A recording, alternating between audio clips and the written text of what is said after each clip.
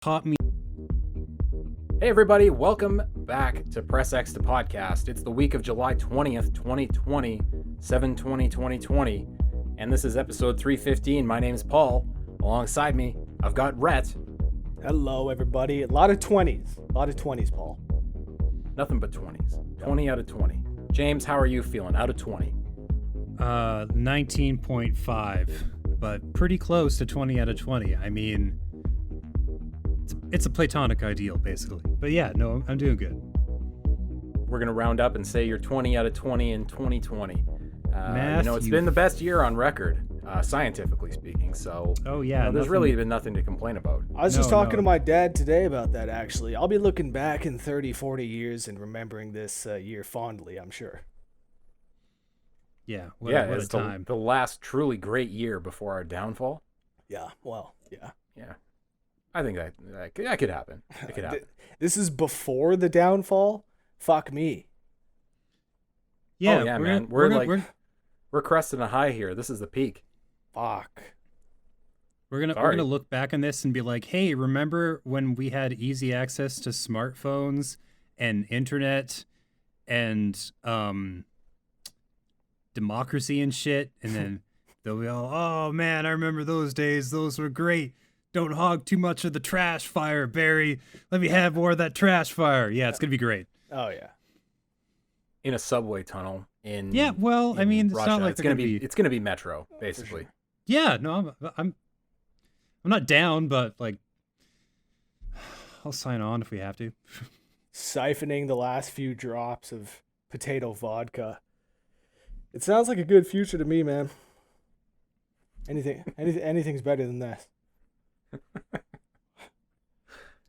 Well, what have you guys been filling your time with during this dark void So many that we're calling the best times of our lives? goddamn video games. Yeah. Yeah, Lots of man? games. What have you been playing? Um, I know what you've been playing, but you should tell the listeners. I was playing Ghost of Tsushima, of course, because even once you're finished the main story, you can go back and liberate the whole island and just really feel good about your decisions and ride around your horse and take beautiful photos. Holy fuck, I've been seeing a lot of beautiful photos. Yeah, man. PS4 shares, just like, check out what I can do with talent and the photo mode. I'm like, oh, fucking guys. Anyway, and the game, they make the game look amazing. And people have discovered, to my delight, that you can pet the foxes, which is just, that's what I wanted out of this game. And some sword fighting. James, I got to stop you for a hot second. How is that not the first thing you checked? Oh, I mean, like my very first shrine that I went to, or my very first fox den, I figured out to follow him. Just like I saw him running away, I'm like, I'm gonna chase that fox, and took me to this little thing overlooking a waterfall. And after the shrine, I saw a button prompt. And I was like, I pet the fox, and it was great. It was just what I needed for that day to be even better. Beautiful. Yeah. Also, the writing haikus. Oh, Just it's like there's a goddamn poetry minigame where you reflect on loss and death and war and rebirth and betrayal and shit. It's crazy. and then you get a little memento to remember what you did. Like, it's so fucking cool. There's so many little cool touches like that. I can't remember the last game that I've played where I've enjoyed looking at the collectibles as much as this one. They're all just like displayed really beautifully, and there's a nice little write-up on each one. It's made like exploring the map so fun. And the map itself, man, I feel like I'm playing a Bob Ross painting. It's fucking beautiful. Oh my god. Yeah, I'm just blown away by it. I'm not too deep into it. I think I'm 6-7 hours into it, but man, I'm blown away. I still haven't played it. I have no excuse, except that I didn't have time. It's gorgeous. But I want to so bad. The Well, the more combat I see of it, it just looks so fun once you get the hang of it. Oh god, it's delicious. So you do the thing where you can like switch stances in the middle of a swing. So you're like, oh, this isn't working, and you like take a half second and like change the position of your sword, and suddenly your strike like catches him under his stupid shield, and you like knock him off his guard and just stab him 30 times in the stomach, and you're like, not so cool now, huh, Mongol man. And then, you know, 4 other guys jump up and you have to do the whole dizzy dance again or collect your innards afterwards. It's so fucking satisfying when you have that like Neo Matrix moment, you know, where he finally gets it in the hallway and he's like, no, and everything comes together and you understand the combat system, and 10 guys are running at you and they can't touch you. Man, it's so satisfying when it finally comes together. This really reminds me or makes me think of the Assassin's Creed sequel that I always wanted but never got. Everything, the exploration, the map, the setting, the writing is really good for what it is. It's quite good. I really they really did a great job of making me identify with and understand and fall in love with the main character. He's so fucking cool and like stoic and like still vulnerable and just like the emotion they communicate with just his like facial expressions and just his like reaction shots, where it's just like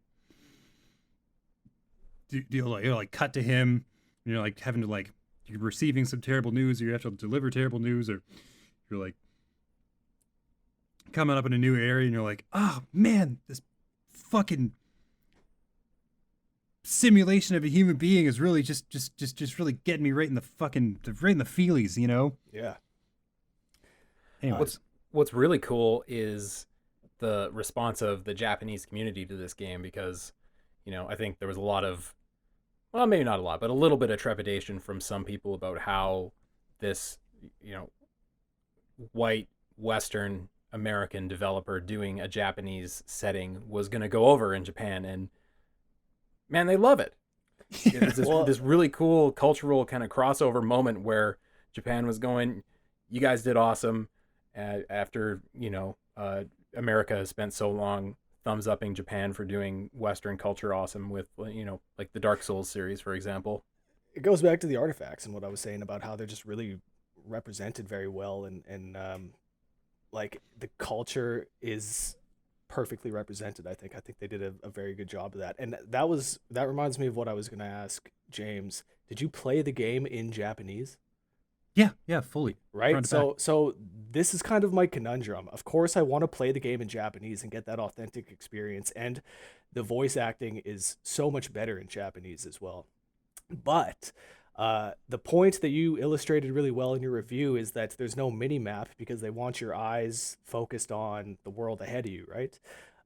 And so I am struggling because there's so much dialogue, and so often I'm looking at subtitles. I feel like it's kind of defeating the purpose of that, you know? Oh, yeah, you know, here's the deal. I didn't notice that because I'm kind of a huge anime nerd, and so I watch things in subtitles all the goddamn time.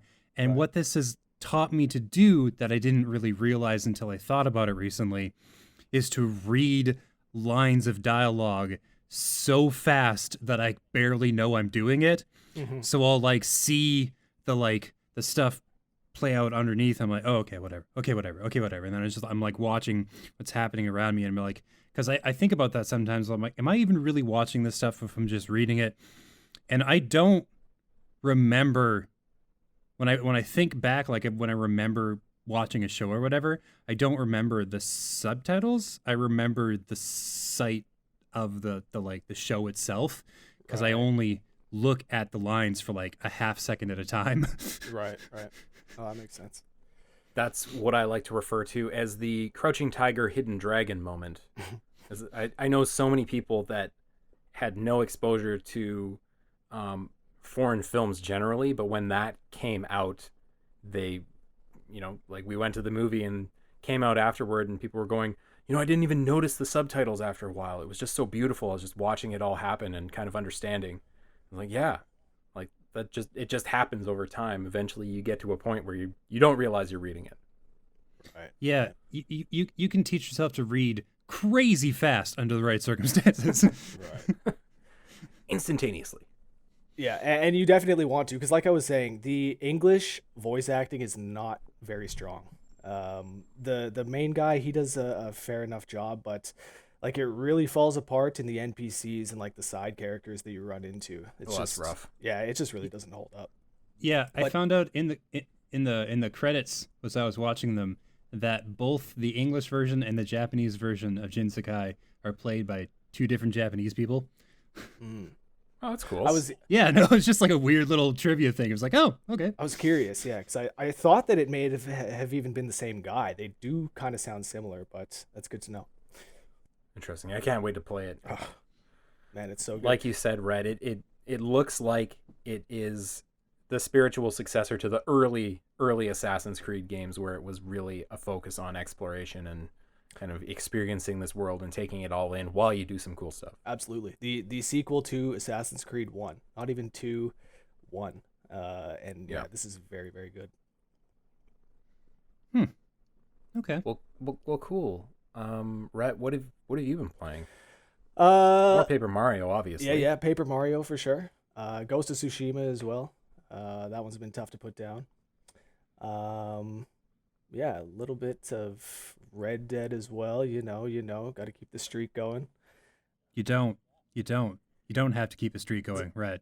Man, I can't not keep it going now. I've thought about it. I can't. It's at 307 days. I don't know what I'm supposed to do, man. I need it like taken from me at this point. I need Rockstar to step in.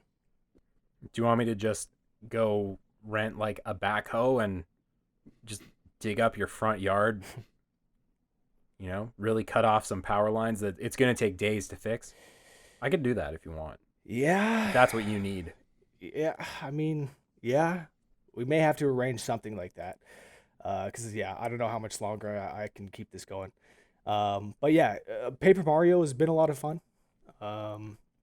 Just going back and trying to collect things and, Ghost of Tsushima, though, has really been taking up my time ever since it came out.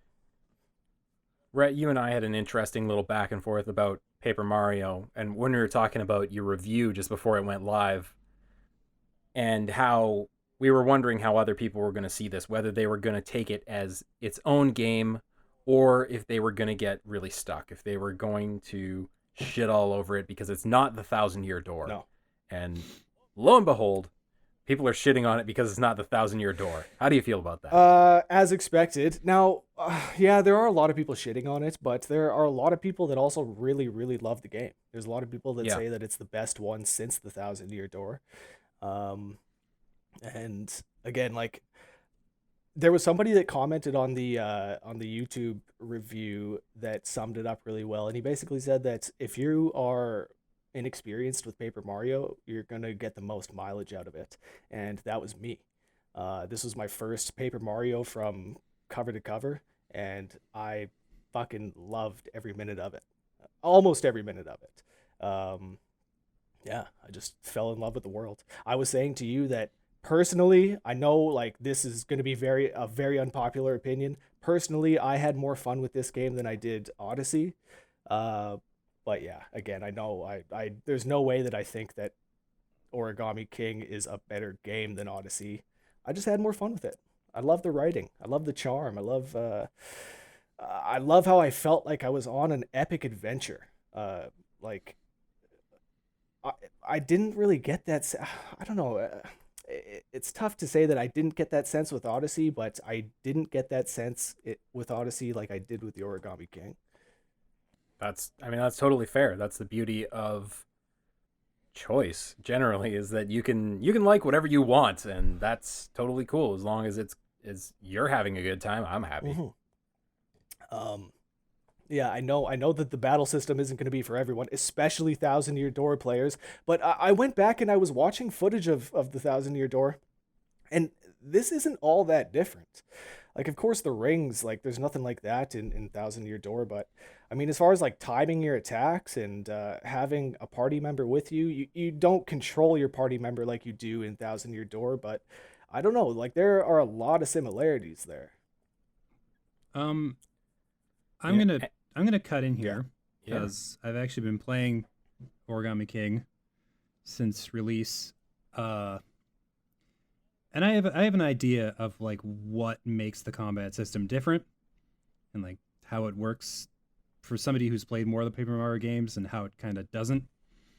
Um, it does resemble an RPG in a lot of ways. Like it's just that instead of like doing any kind of level grinding, which was already not a thing at any point in the Mario RPG series whatsoever, even from the very beginning, the ill-fated Super NES game that was actually downvoted into oblivion by Japanese fans back in the day, which is why they never made another one. Fun fact. Ugh. Um, Come on, that game's great. yeah, we loved it. They did not. Wow.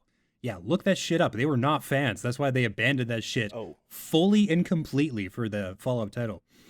But instead of like gathering power and making sure your levels are good, you know, and all that sort of stuff for like a boss fight, for example, the boss fight's outcome is decided by how well you can navigate the complicated puzzle system. The trouble with this is that like when you fuck up, because you're gonna, right? Because it's complicated, it feels cheap. Like it feels like you did one tiny little thing wrong at one point in a 20-minute boss battle, and then you're just dead, which is kind of what happened to me when I was fighting the water dragon, which is why I sent Rhett a series of messages on Slack of, well, displeasure, we'll call it. I was a little choked.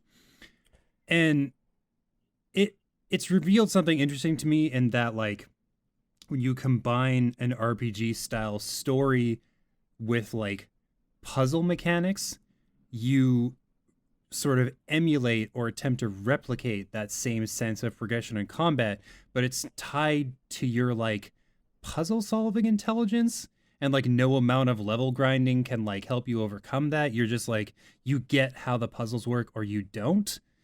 And that can be really frustrating. On the flip side, when you figure out the puzzle system, the game goes from very difficult to laughably easy battle by battle.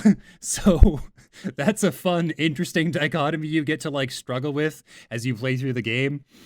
But Rhett, you're right on the money. The writing is top notch. Some of the best in this series. The graphics are, as always, fascinating to behold in action. The way they like, sometimes water looks like it's made out of paper or cardboard, and for a few scenes it just looks like water. Or like how not only does everybody look like paper, they recognize canonically that they're made of it. yeah. The game is very tongue in cheek. Like it has no problem making fun of itself and Nintendo games. They make a reference to like the climbing and stamina mechanics in Breath of the Wild. At one point, you're like talk to this toad trying to climb a wall, and he's like, oh, I just wish I had more stamina so I could do this climb. At least it's not raining. It's so good. Ah, that's good. But James, it sounds like you're describing the battle system in this game as the Dark Souls of Paper Mario games. No, because you can practice and get good at Dark Souls. It's not that. You have to get smarter for this, and that's a different kind of challenge. Because it turns out, guys, fun fact, my brain not super wired for this sort of puzzle. Gotcha. It's been a very brute force, like, fuck it up several times and then get it right kind of thing for the really tough ones. And sometimes for like regular battles, I'll just like look at it like and it's like a dog trying to do a math equation. It just doesn't happen. And they're timed too. You only have a certain amount of time to like try to suss it out. And then it's just like, oh, you're locked to it. So good luck. Yeah. But like, here's the thing. Nintendo recognized that this was going to be a problem because instead of gaining experience, really, you just get money, and you get so much money. You can just like bulk up on super powered healing items right from the jump.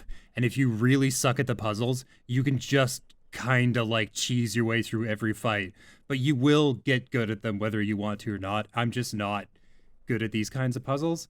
And oh yeah, I was talking to Rhett about the boss fight in question and how like there's these huge chunks of time in between your ability to do damage and like you can set up an attack over the course of like a few minutes, and it's just like, oh, sorry, because he's floating in the air, this difficult, complicated move you set up does no damage, or it does 5 damage because he wasn't stunned. So you have to like do the rigmarole 3 times, and then it's like 15 minutes later, and like if you don't get the right lineup, you're like, oh, I'll just make sure to get this, and oops, he erased some of the tiles, so I'm just gonna stand here like a chump, and he's gonna wipe 80% of my health in one hit, and I guess I'm doing the battle again. So yeah, that was not a good time. But there you do learn it, you do figure it out, you do put it together.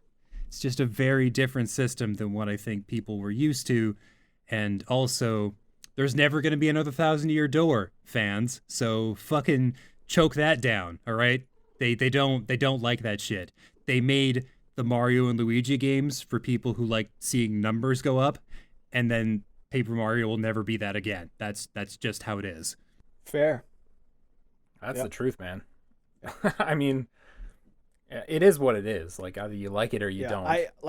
So I personally, I can't comment on anything you're saying about like the bosses and the damage, because I didn't die once in the entire game.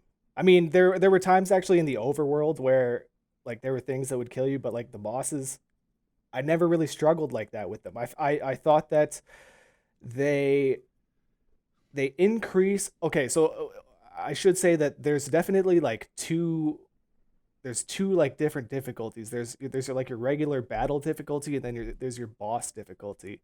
And no doubt about it, like the difficulty between your like the water boss, let's say, and like the common battles that you'll be having leading up to it, there's quite a bit of a difference there. But the difficulty increase in boss battles themselves, I feel like it's made gradually enough where you learn exactly what you need to learn to like to beat whichever boss you're going against. And then, I mean, if you're struggling with like what to do, if you're not doing any damage, there's always these little envelopes that you can pick up that tell you exactly what to do. Yeah, I don't know. Yeah, see, this just reveals that you and I have brains that are wired ever so slightly differently, because the like combination of the like ticking time downwards, even if you can literally buy more time to solve the puzzle, and like the way the puzzles are like laid out physically on the board, like makes my brain like go fully static, like semi-regularly, or I'm just like, nope, no idea what this is, can't see it, it's doesn't look like anything to me, you know. And it's kind of revealing more about how I'm wired than anything else. It's kind of interesting. I feel like it's gonna click though. Like I had the moment where like I realized that it seemed to benefit the player anytime that I would start from like the center ring. It seemed that the puzzles, I don't know, they were a bit easier to figure out whenever I would do that. So I don't know, maybe there's going to be a moment like that where you're going to find like, oh, maybe starting from the outer ring on these puzzles is what I, you know, maybe something like that. Rhett, I'm gonna tell you something right now. Teachers told me the same thing about math when I was in junior high. It didn't happen, but maybe it will here. But like, it might not. Fair enough. Yeah. How adorable are those fucking toads though that you collect and then they like watch you? They surround the battlefield and cheer you on. Yeah, and they're like, and you can pay them to like join the battle, and because the game spends the entire runtime just throwing money at you, you can use it for dumb, frivolous shit whenever you feel like so, it. There, if you care about collectibles, then money isn't exactly you know, as like as readily available as you would think. That's all I would say. I don't know, man. I'm like at like chapter 2, segment 2 or whatever, where you fight the water dragon and then you go to the other places, and like I buy every accessory that I come across, every collectible that they sell me in shops, and like 15 of every item, and I generally walk away from the shop with no less than 7,000 to 8,000 coins. You'll start to come across the items that are like 30K though. Yeah. Sure, but they're not gonna stop paying me huge No, amounts that's of true. cash. No, I'm that's sure true. of it. Yeah, Like, no, I'm definitely not arguing that like money's not in abundance. No, there was never a time where I was like, oh fuck, I need to go grind for coins. That's definitely not a thing. yeah, I think part of the reason they did that is so that you can like throw money at Yeah. like the toads and the countdown Yeah. timers and stuff. So you're like, you can like buy your way to success in the battle Yeah. if you can't think. Which works fairly well, especially like again if you're struggling with like the bosses taking certain tiles away or something like that. Man, the toads will hop in there and they'll fucking they'll like knock some of the boss tiles out, or they'll throw you something that you may need, hearts or whatever. Yeah, I like that system. It's not going to win any awards for difficulty. Don't get me wrong. I never said that this game was going to, There's no Paper Yeah, Mario games like that. There's no exactly. That's not what they do. Yeah. They're Not exactly. Not that we would want that, no. That'd be silly. Paul, what have you been playing? Well, lately? fellas, there's the stuff that we talked about elsewhere, which is Assassin's Creed Valhalla and Watch Dogs Legion.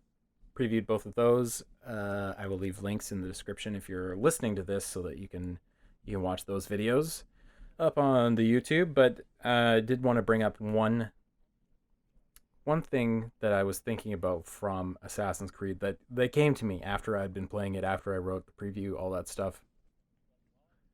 And it's that while I was playing this game, more so than in Origins and Odyssey, it felt like I was playing a Witcher game.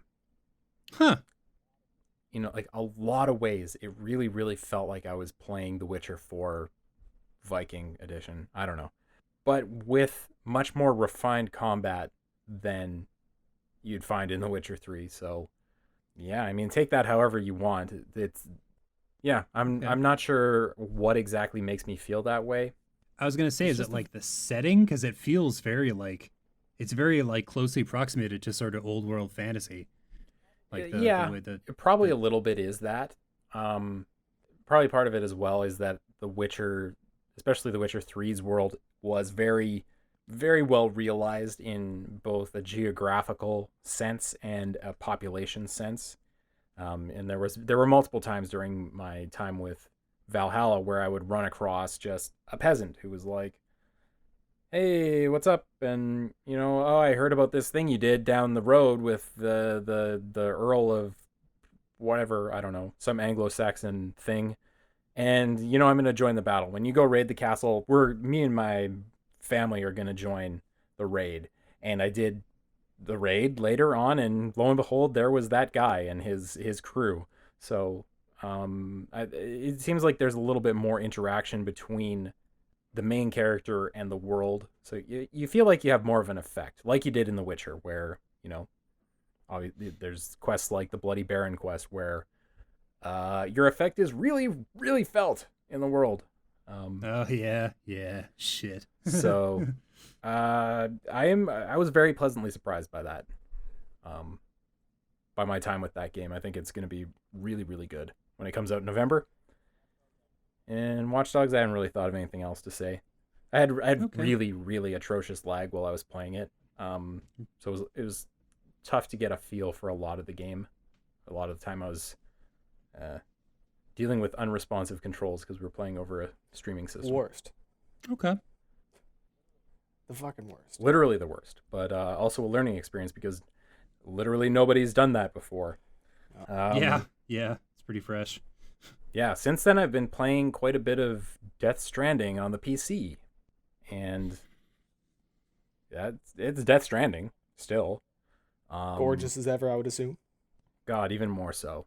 Yeah. One of the things they added was an ultra-wide mode, and I do have an ultra-wide monitor, so you really get some gorgeous landscapes, especially in those moments where the camera pulls back and Low Roar song 3 of 76 starts playing. and you just kind of have to take in this whole world. I still really, really like that game. Oh It's yeah. it's such a strange thing that's so one uniquely Kojima, but has some profound things to say, but wrapped in some of the worst writing. It's just awful at a lot of moments where you're like, this is just beating me over the head with something that I don't need to hear, and there's no way this makes any sense. Right. I And don't need yet, to hear or I don't understand. Even yeah, like even when Metal Gear didn't make sense, I still felt like I understood it more than the craziest parts of Death Stranding. You know? Death Stranding, I was fucking lost for a lot of it. All of it, really. Um, and that's like despite them being incredibly direct with a lot of the main points. yeah. Uh, I was gonna say about the low roar songs.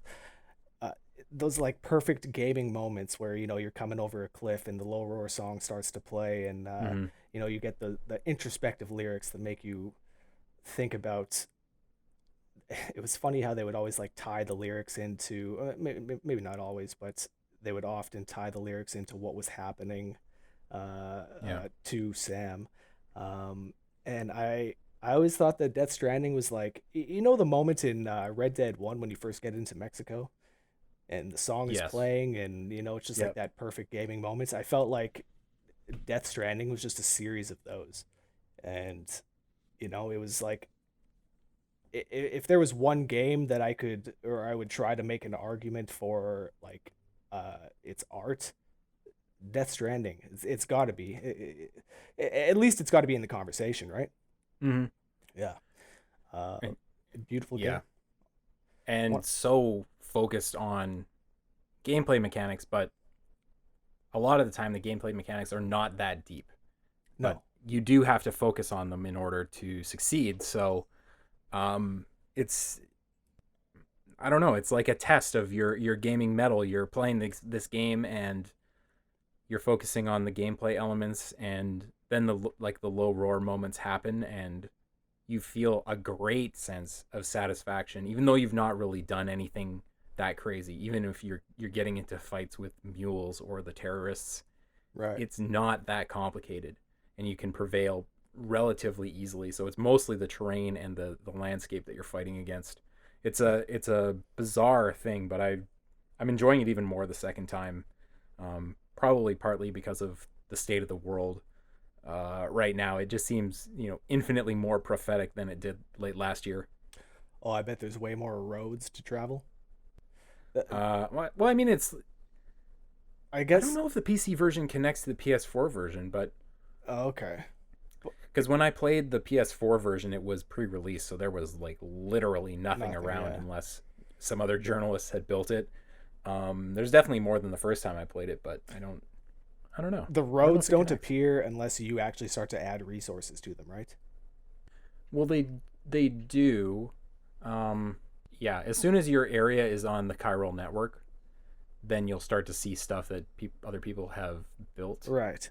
I don't know what the mechanics are of that though. If that's limited to ladders and bridges and things, That's what I or was thinking. Like, if it's roads as I well. thought that it was ladders and bridges and stuff like that. I didn't think that roads, because like roads completely changed the game, right? Like it's man, Oh yeah, and like for the better. Every time I would unlock a new highway, man, that was one of the best parts of the game. Getting a new stretch of land or take my bike on was great. Um, but yeah, of course they make the game infinitely more easy. and that's an interesting thing too. Like after I finished the game the first time, I felt quite compelled to go back into the world and just build more roads because it wouldn't actually get me anything because I already completed the game. I did all the stuff that I wanted to do, but the game had really engaged that sense of wanting to help other people. Yeah. So I have all these metals and all these resins kicking around in all these different cities. Why don't I just go build some roads? This is really going to help somebody else. And, that felt good. I think a lot of the world could really benefit from playing this game at this time. That's a very good point. Never thought of it like that, but yeah, of course. All about connection, right? Yeah, and I don't think I would have thought about it if I hadn't fired it back up again. But yeah, and it's a great version. It runs really well on even moderate PC hardware, so it's pretty easy to get it running really smooth up in the 60 frames per second range. And it, man, the facial animation in that game is pretty remarkable. Yeah. Even compared to some of the stuff from this year, like The Last of Us, that's done a great job as well. Yeah, it'll hold up for a long time. No doubt about it. I wonder what's going on with the potential sequel. Have you guys heard of these rumblings going on? Kojima Productions? No, please. Well, Please. Just rumblings, but I think that there's been a couple tweets from Kojima that have kind of alluded to a potential sequel. I would have to pull them up and look into it, but yeah, there's something like that floating out there. Interesting. I'll maybe see if you can pull those up so we can touch on that in the news section. Yeah, let's see. In the meantime, I want to know how James's laundry basket is doing after playing Layers of Fear VR for a long time. It's fine. So I got an Oculus Quest, and this is giving me the chance to try out some Quest games. For those who don't know, it's a fully portable VR rig. Like, it's just the helmet and the controllers. There's no cords of any sort attached to anything. So you can just sort of like float freeform in your living room or wherever you've carved out the space to like play and explore. And it's great. So you don't feel as tethered to a computer, so you can really immerse yourself in the simulation, which is the upside. The downside is that the graphics are just not as good. It's a portable system. Yeah. Things are always going to be downgraded. But like if you think that the cords and the cables and shit and like needing a crazy powerful computer to run this is like a huge hassle, even for me, like running a regular Oculus for a while, the amount of like port space you needed to dedicate to the rig was insane. And so having this thing, like, you literally just make sure it's charged up and connected to the Wi-Fi and you're good to go. It's an awesome step up. But yeah, this also means that horror games are a little bit spookier. You're like, walking through a hallway, and like every time you shift the camera with the right thumbstick, it like goes a little dark for a second so that like your vision is even more impaired. So when you can finally see again a second later, it's like, oh, what's that behind you? Bunch of books flying your way, bumping up your heart rate a whole bunch, paintings melting off of walls and shit. Fucking, you're like in a room exploring it, looking for a key, and then you can hear the door like rattling against the hinges because some fucking monstrosity is like checking every door and like looking for you and looking to like rip your stupid head off or whatever. Yeah, it's a good time. Classic. Yeah. I read a lot of complaints about like the technical problems that people had with the VR version of Layers of Fear, but all of that for me was like fully smoothed out by the time I got to the Quest version. Like, it ran just fine. It's just, sucks. You get your headphones on, you're like hearing like the stupid musical cues. Like they warn you when something's about to happen. It doesn't help. The musical stings ramp up and like the shadows get deeper and start like taking over the fucking, even like the better lit areas, or like, what's gonna happen next? And it's like, shut the fuck up, game. Fuck you. I don't need this in my life right now. And then, you get to learn more and more about this lunatic who's like chopped his wife into pieces and used her as a fucking components to like paint the perfect painting with because he's an insane person. Yeah, it's cool. It's a great game. Lots of fun. I also played In Death Unchained, but I can't really talk about that until the 23rd. But you use a bow and arrow. It's a big bow and arrow centric game. You shoot things, All right. Glean from that what you will. That's a thing that's fun to do in VR. So it is a thing that's fun to do in VR. It's a workout. Ooh. It can be games like that where you have to like physically manipulate a piece of a weapon, like a sword when you swing it, or like a bow and arrow when you draw it back. Oh yeah. Especially when you're like, I could shoot even faster if I just did this motion more quickly, and then 50 minutes later, it's like, wow, where'd this bucket of sweat come from? That's crazy. Anyways, but yeah, it's actually really difficult to get a quest right now because like supplies chains are kind of like gummed up thanks to the pandemic. But if you do have the capital and the good fortune to get your hands on one of these, it's pretty cool, assuming you're fine with like slightly worse graphics for certain games and that sort of thing. It's really nice to have something that's not tethered to 5 different chords. Yeah. And like where you don't have to worry about like quickly ducking or like turning left and then like yanking $100 cable out of the computer at high speeds. Yeah. I've never done that. Definitely not. Knock on wood. I've totally done that. Like lots of times. Yeah, no, not a problem with the Quest. Well, beauty. Oculus Quest available basically nowhere, but if you can get one, maybe it's cool. Yeah, it's definitely cool. Good luck. Let's move on into the news. Where I want to start with something because I know Rhett's amped for it. He is pumped. Oh, God. Oh. Crisis. Oh. It's on the Switch. Yeah. It runs, okay, apparently. Yeah. That's the thing. You want to play it? That's in a trailer. I would absolutely love to take this one on because they're fucking touting it as like the next step forward in these Switch ports. You know, they're supposed to be setting a new bar for these Switch ports, and all of the ones that I've reviewed in the past that suck, they've never claimed to be game changers as far as that goes. But Crisis on the Switch, it's supposed to be smooth. It's supposed to be better than it was on PC. Rhett, I'm going to warn you right now. I know. There's 2 things. No, seriously, there's 2 things that Crisis was known for. That's having amazing graphics and constantly talking about how amazing the graphics and the performance were. What I'm saying is that maybe the marketing team for Crisis is a little too used to talking their shit up and putting it on a pedestal and being like, look at how great this thing is.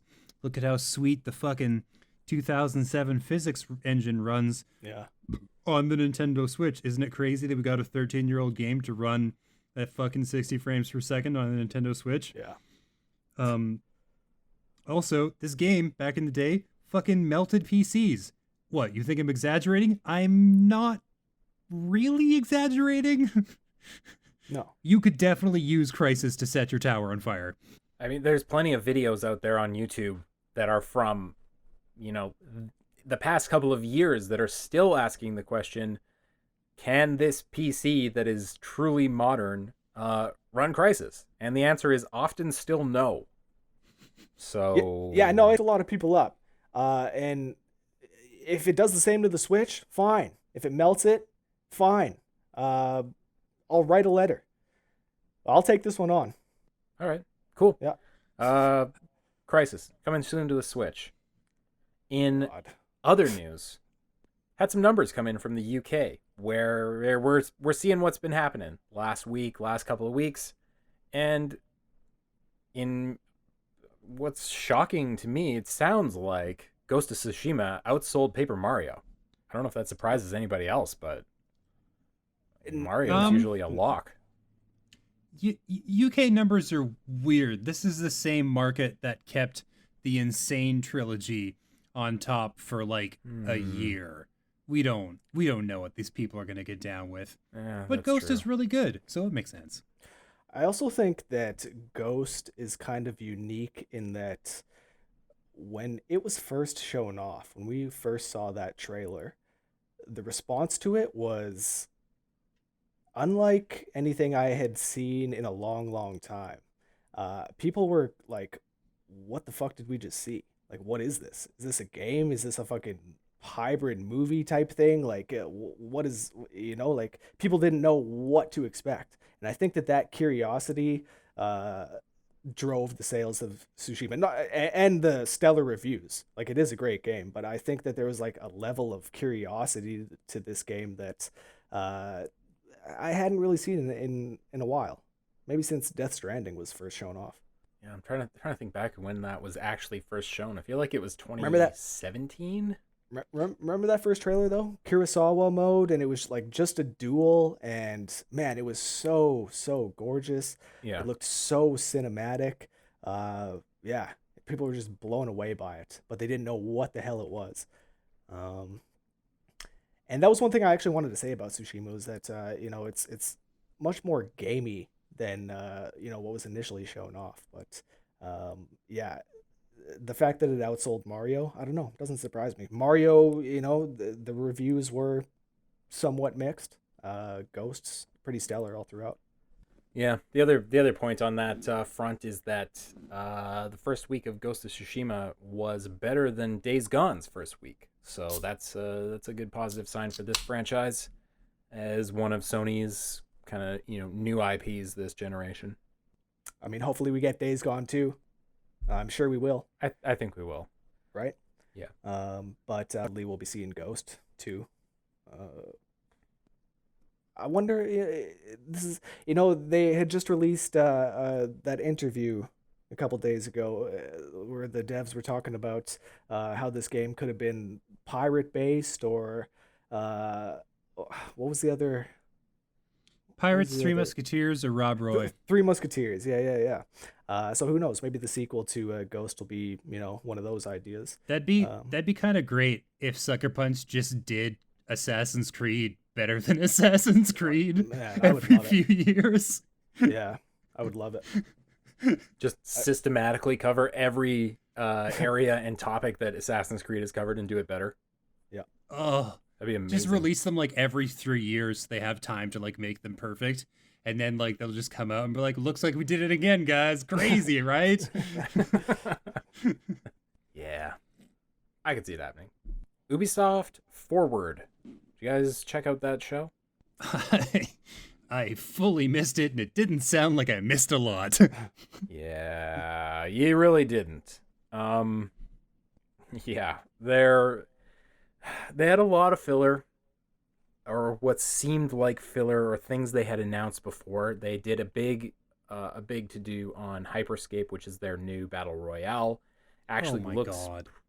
pretty good, but they went for ages on that thing, and Did they show gameplay? they did. It's in open beta now. Okay. Looks pretty cool. It's some kind of almost Ready Player One kind of environment that the battle royale takes place in, but it looks kind of cool. I mean, Ubisoft are just the fucking kings of showing off games that don't look and play like they did when they were shown off. That's why I asked if they showed off any gameplay. I'd be curious to see what the early consensus is for their new battle royale. Yeah. Ubisoft seemed to be really good at making games or like releasing games that like get way better a little while later. Like they eventually patched out Assassin's Creed Unity so it was less of a like terrifying nightmare, and then they made The next one? Division. Yeah, Division or whatever. They made that one like way cooler over time and like made it less bullet spongy. Not a lot less, but and they made all these little fixes. They're really good at like taking a like half-baked idea and slowly making it into something better, which is why they've been trying to make the perfect Assassin's Creed game for like 20 fucking years. And that's been fucking Far Cry for the past 10 years as well.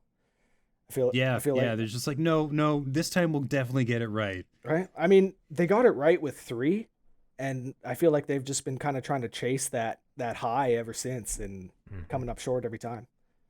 Well, I'll tell you what, I'm on board for Giancarlo. Oh man, how good does that new trailer look? And it's funny, I was just talking about showing gameplay, and there was not a shred of gameplay shown, but great concept, right?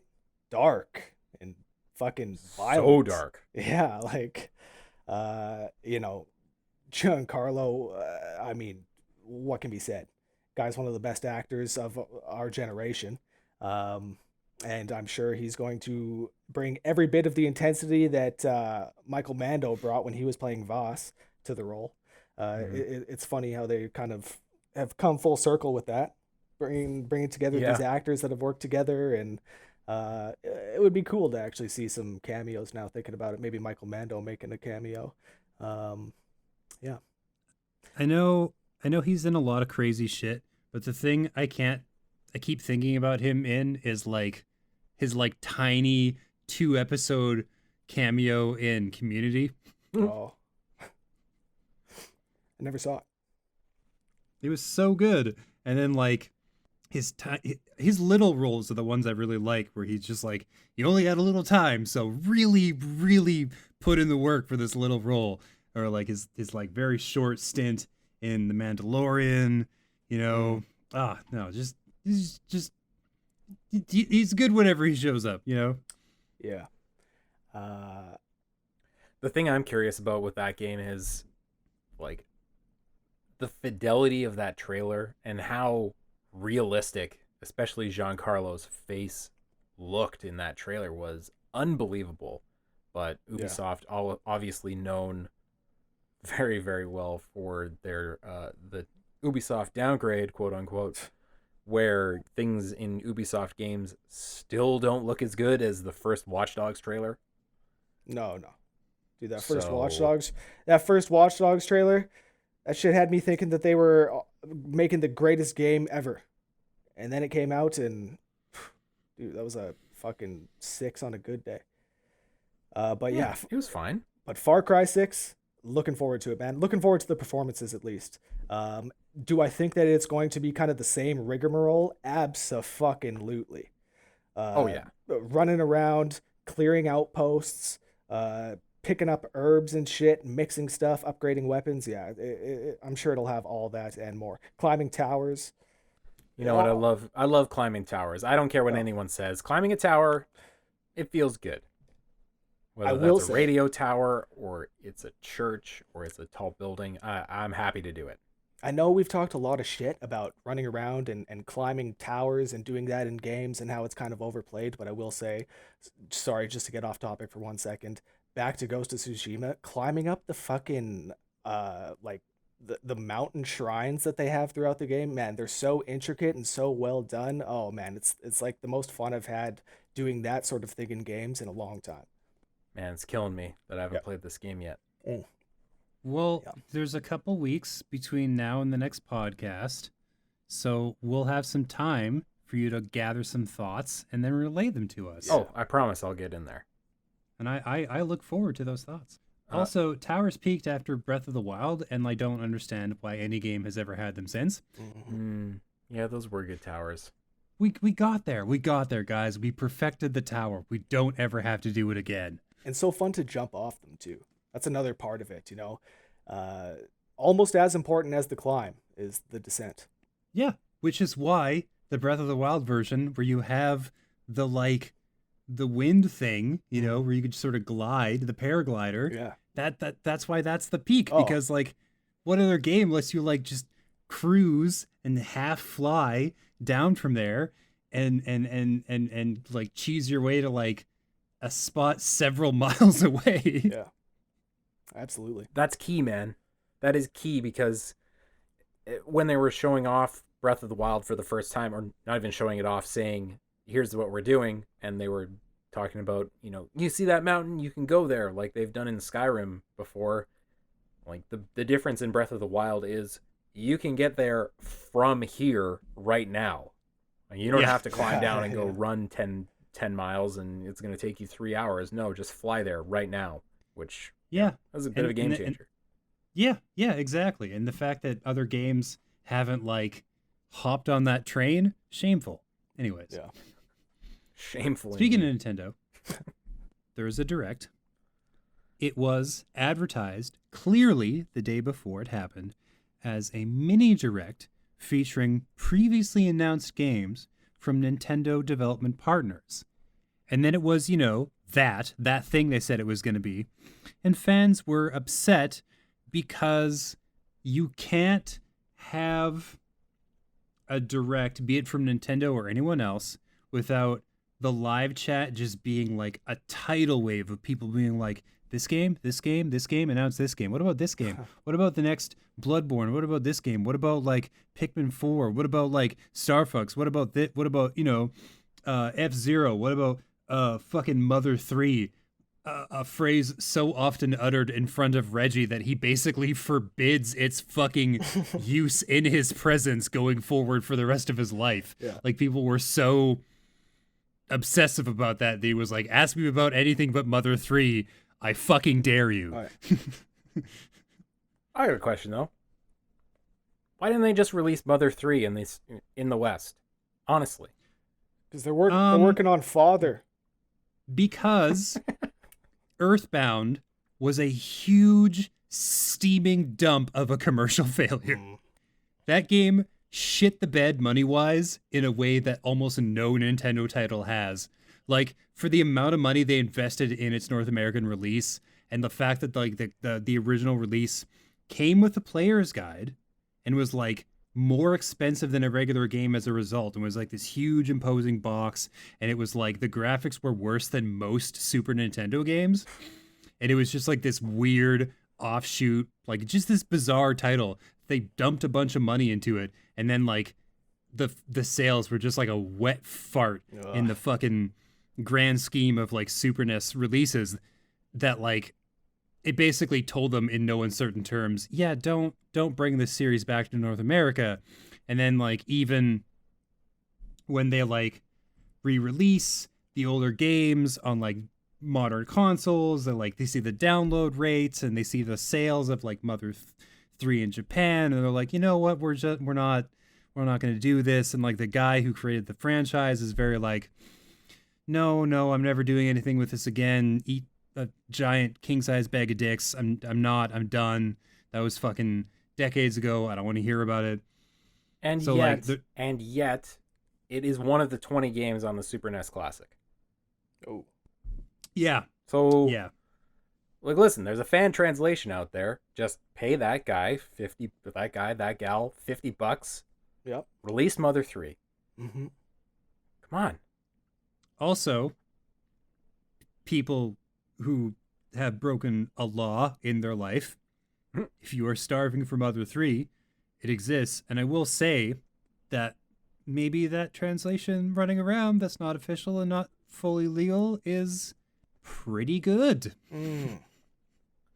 Maybe I mean, if I had played it, I would be able to give you an opinion, one way or another. If I was a person who had ever played the fan translation of Mother 3, I would definitely be in a position to say that it's basically on par with Earthbound and the previous game in terms of like quality and adherence to the general tone of the franchise. But of course, because I would never do that because I'm a law-abiding citizen, I have no idea how good the translation is. Couldn't have said it better myself. Yeah.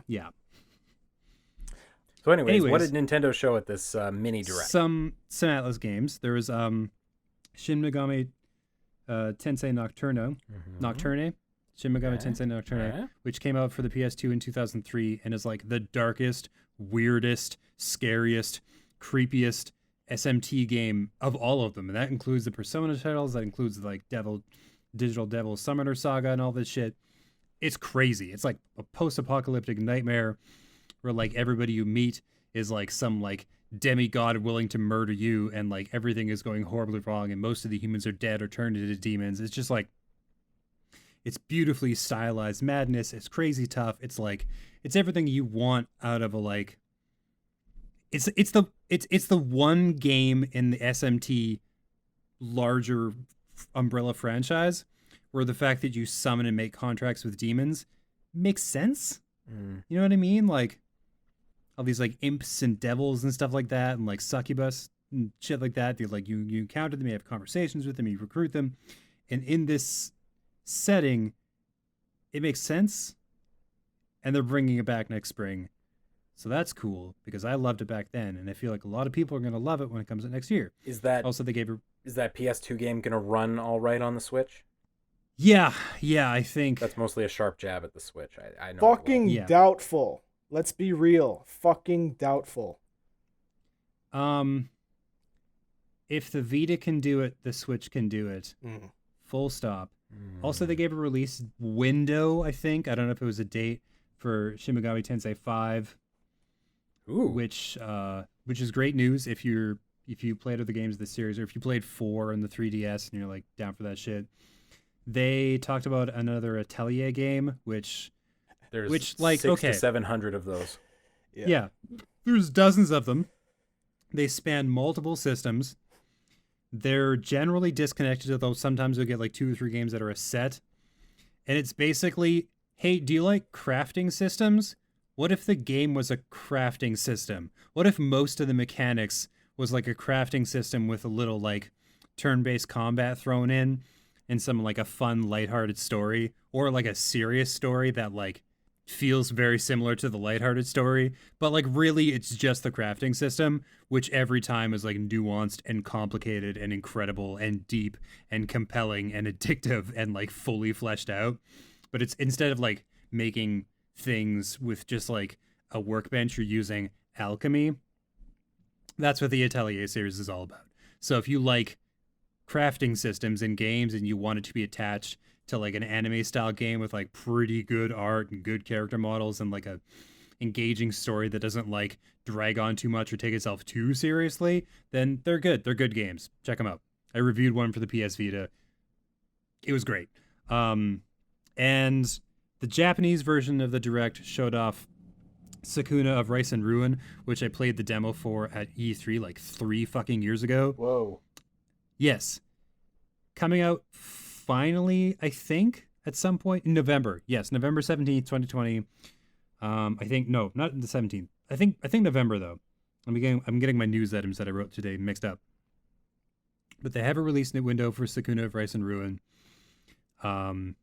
It's got, like, you play, like, the goddess of rice and the harvest of rice. Nice. So, like, whenever, like, the villagers you're in charge of get to harvest more rice, you get more powerful.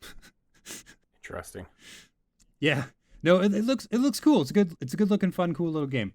Huh. So yeah, good shit coming down the pipes for Nintendo. Just not like mainline games. It's not also Breath of the Wild 2 or Mario Odyssey 2 or somebody pointed out online that like people really believe in that 3D Mario remastered collection, even though we have no evidence that it's real. It's based on a report from a leaker that's not since been verified. It came out months ago. Nothing from Nintendo has suggested this is going to be a thing. I mean, the odds of Nintendo re-releasing 3D Mario games isn't bad. Like, the odds aren't that bad because that's just a thing that companies do. They like dredge up their old IPs. But, like, there's no window for this. There's no guarantee it's going to take any specific form. We don't know what the fuck it's going to look like when it's going to happen. We just have to, like, we got to put that shit on the furthest back burner and just agree to be pleasantly surprised whenever it does go live, if it ever goes live. Yeah. Which games are they suggesting may be in this pack? Anything that came out for like the Wii and the Wii U, I think, is on the table. Okay. But like, I think specifically all the shit that came out for the Wii. That'd be cool. They're talking about remastering. So, all right. Yeah. So the Galaxy game. Yeah. Was there wasn't a Sunshine on the Wii, was there? That was GameCube. Right, okay. Sunshine was GameCube, and then the 2 Galaxy games in the Wii. But yeah, if Nintendo wants to, they could. And like, honestly, if you go back and play like Mario Sunshine for the GameCube, it still looks really good. They don't like Nintendo polish. They mastered that technique. Yeah, in the early ago. 2000s. They don't have to. They don't ever have to go back and remaster those games. They look amazing, even still. Like, it's fine. Yeah, I was pretty surprised to see that Super Paper Mario on the N64 even still looks pretty good. I understand, the paper aesthetic is definitely a lot easier to keep relevant, but yeah, like that game still looks pretty fucking good. I want a re-release of that game just so I can play it again because it's really good. Yeah. Like, it's really good. The Paper Mario for the 64, it's fucking so much fun. Well, that was the one when they like still kind of had Mario RPG in their rear view mirror, right? Like they still kind of Yeah. wanted to do Mario RPG or at least, the successor or what have you. So yeah, like that would be fucking wicked to go back and play. It and this is important. Even back then, they had a system in place which actively, aggressively discouraged level grinding. Oh, Like whenever you gained a level, the enemies around you would produce less experience points or whatever. mhm. So you had to make decisions about where your points would be allocated. Because like in Mario RPG, it was like hit points, attack, or magic or whatever. And so like you couldn't just level grind and like overpower yourself for the fight because eventually it would take like an almost infinite amount of time. So they were just like, no, just get smart about this and then you can win the fight. It's fine. You don't need to level grind. We're begging you, please don't. Right. And that's kind of the philosophy they've taken with every Paper Mario game going forward. Yeah. And even like the Mario and Luigi games for the portable systems are like, don't level grind. It won't do you any good. Don't do it. There's no need for it. Just have a nice time and read these funny lines that we wrote. Yeah. Yes. All of them have excellent writing across the board. Rhett, did you figure out what the deal is with Death Stranding 2? I did. So there were 2 tweets put out by Kojima, and in one of them he said he was designing a new title with longtime collaborator and character artist Yoji Shinkawa. No surprise there. Of course. I think those guys are attached at the hip. They might be the same guy. Right? And discussing the setting for each character, the background, the world, the color, the characteristics, the roles, the images, ideas. Yeah. So in the second tweet, though, Kojima posted an image of a vehicle. He's like some concept art. I guess he was drawing this. There's an image of a vehicle that appears to be brandished with the name Bridges on it. Somebody zoomed in and yeah, there appears to be the name Bridges, but honestly, it's quite blurry and I mean, it kind of looks like Bridges, but it very well could not be Bridges. So that's really where we're at with that. All right, well that's good Yeah. enough. As long as he's working on something and he's got something in the hopper, I'm cool Right. with that. I think that it's probably a safe bet that whatever he's working on, he's probably going to bring Norman Reedus back. Those guys seem to be getting pretty chummy. They might be the same guy. I don't know.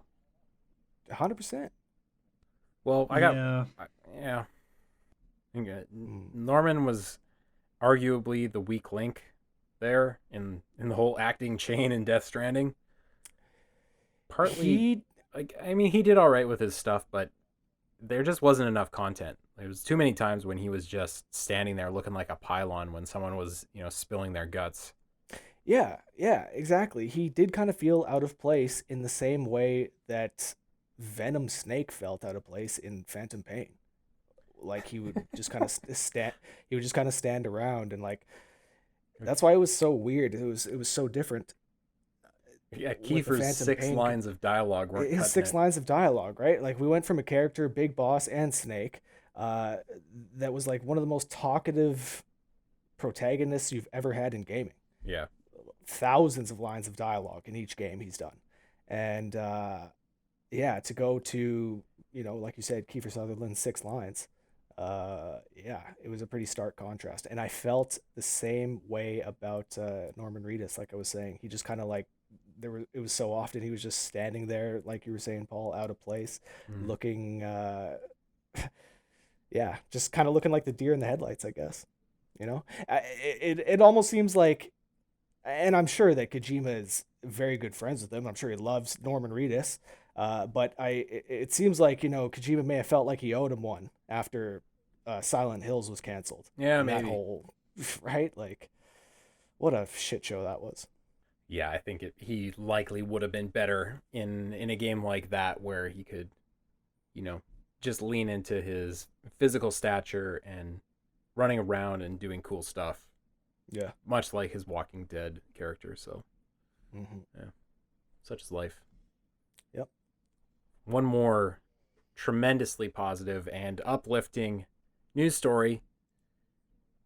You guys remember the Bug Snacks song? Yep. The one where it's Yeah. like, it's Bug Snacks? Anyways, I remember. yeah. It's catchy. It's by Kira Bonito. It's like will worm its way into your brain, never to escape for the rest of your waking life. Yeah, I'm familiar. Yeah. Kiro Benito. Yeah. Flamingo. Nice. Yeah. Okay. Yeah, Okay. Man. Same band. They're releasing a vinyl of the full version of the Bug Snacks song. And this vinyl, it looks like a strawberry. So look forward to that. Like, you can get your hands on this thing and play that baby to your heart's content, or never touch it and still hear the song every waking moment of your life. Mm-hmm. Mm-hmm. Do you think it'll taste like a strawberry? Well, I got a fun fact for you. The sleeve for the vinyl is scratch and sniff, smells like strawberry. Nice. Okay. Yeah. So you'll have strawberries in your brain and in your nose. Also, it's out on all the digital streaming services right now. So if you like weren't constantly thinking of the chorus or like the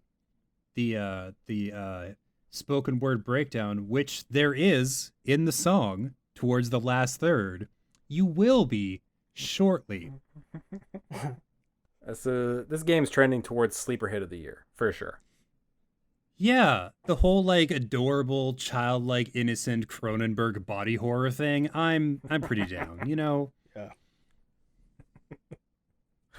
It's so weird, man. So weird. You're right though, man. It was the dark horse of that PlayStation event, and yeah, I think a lot of people are going to be talking about this when it comes out. Yeah, three or four games after that trailer were done a huge disservice because nobody could stop thinking about the fact that, that she ate that strawberry and her arm turned into strawberries. Mm-hmm. Yeah. Or like, full hamburgers or French fries, or like you could have like an actual case of sausage fingers. Yeah. Presumably. Yeah. Who wouldn't want that? Sausage fingers, Most people would not want sausage fingers, but Interesting. Depends on the size of the sausages, I guess. Yeah. Talking Johnsonville's or like pork sausages, maybe, yeah, the little ones. Okay. No, you don't want those. Those little nubs. Maybe like a bratwurst for the thumb, Yeah. I was thinking like a set of kubasaws. There you some go. real Polish rings. Okay. Real meat hooks. Nice. But anyway, speaking of games that are coming up, this week is Microsoft's little Xbox games showcase for the Series X. And presumably this is going to be the time that we find out what the frig Halo Infinite is going to be. Just something I'm pretty curious about, but I also just wanted to open it up to you guys. What do you think we're going to see at this? Like, are we going to see that new Playground Games game, which is heavily rumored to be the next Fable game? We're going to see what the Initiative, that new studio they formed, is working on, or any of those other studios that they're working with, like Obsidian or... I think we'll see 60% cool new games, 20% shit we know about, 20% shit we don't care about, and then didn't leave any space for Halo Infinite. Don't worry, they'll schedule an extra 90 seconds in the very end to show off a teeny tiny amount of gameplay. That's my guess. My vote is it's going to be a kart racer. Halo Infinite? Kart Racer? Kart racer, yeah. Yeah, just like a big bobbleheaded Master Chief. Oh, like yeah. a teeny tiny little racing car. Hell yeah. Cortana will be there. Fucking, who else? Who else is in this series? There are no other characters in Halo, Rhett. Right? That's pretty much it, right? you got a bunch of aliens. Yeah.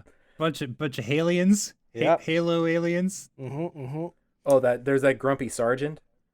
Yeah. Oh, yeah. Really gruff guy. So we got 4, 5, 6 characters for this kart racer. Fucking dope. And then it's called Halo Infinite because you can drive along the whole Halo forever in your cart. Oh, and yeah. just never stop. Okay, so yeah, it's more like Halo NASCAR. Yeah. You have little sponsors on his like helmet and stuff like that. Little stickers all over him, little like Burger whoever King paid for his sponsor. ride. Yeah. Nice. I'd be into it, man. I'd play it. There's Yeah. only one track, but it's the entire Halo. It is, yeah. It takes fucking hours to do it. Every race takes about a day and a half to Oh, you're in there for days. But it's a very good time. Don't get me wrong. finish. Yeah, you'll love very it. It's fun. just Yeah, there's mostly straight lines. Sometimes we'll put an obstacle in your path, for sure. but you know, it's gonna be good. Well, whatever it is, we'll definitely do a breakdown on the next podcast, just like we did for the PlayStation event. What we thought of all the games that get shown off. Sounds like from inside sources, aka Twitter, that it's going to be about an hour long, so even longer than the PlayStation event. Yeah, we'll see what they got. I hope it's a lot. Like it needs to be a lot. Oh, it'll be so good, guys. I believe in Xbox. I've Yeah. never owned a system. Maybe this will be the time. Man, I had to record some footage off my Xbox today, and I was just reminded about how much I hate that system, Xbox One. I hate turning it on. I hate the interface. I hate how slow it and clunky it is. I hate that, and I mean, I guess this was the case with the PS4, but I didn't feel as much. I hate that if you didn't get the like mid-generation upgrade, you were fucking left behind. Like, I feel like my Xbox is fucking useless. Yeah. So Yeah. I'm looking forward to this fucking event. See what they got. Yeah. Apparently it's all games, so we'll see what they're packing, what kind of heat they're packing. Mm-hmm. Um, They're gonna need something big to sway me. maybe it's Halo.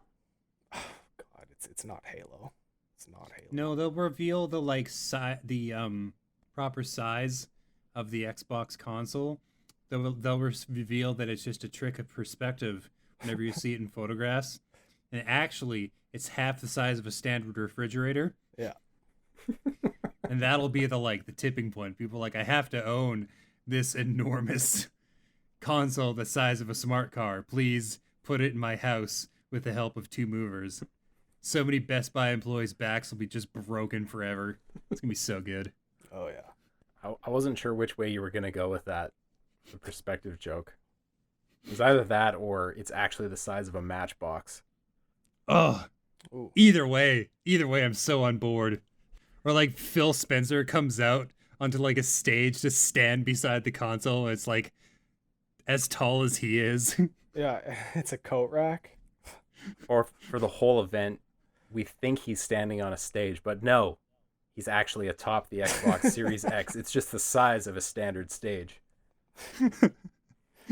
Fucking brilliant.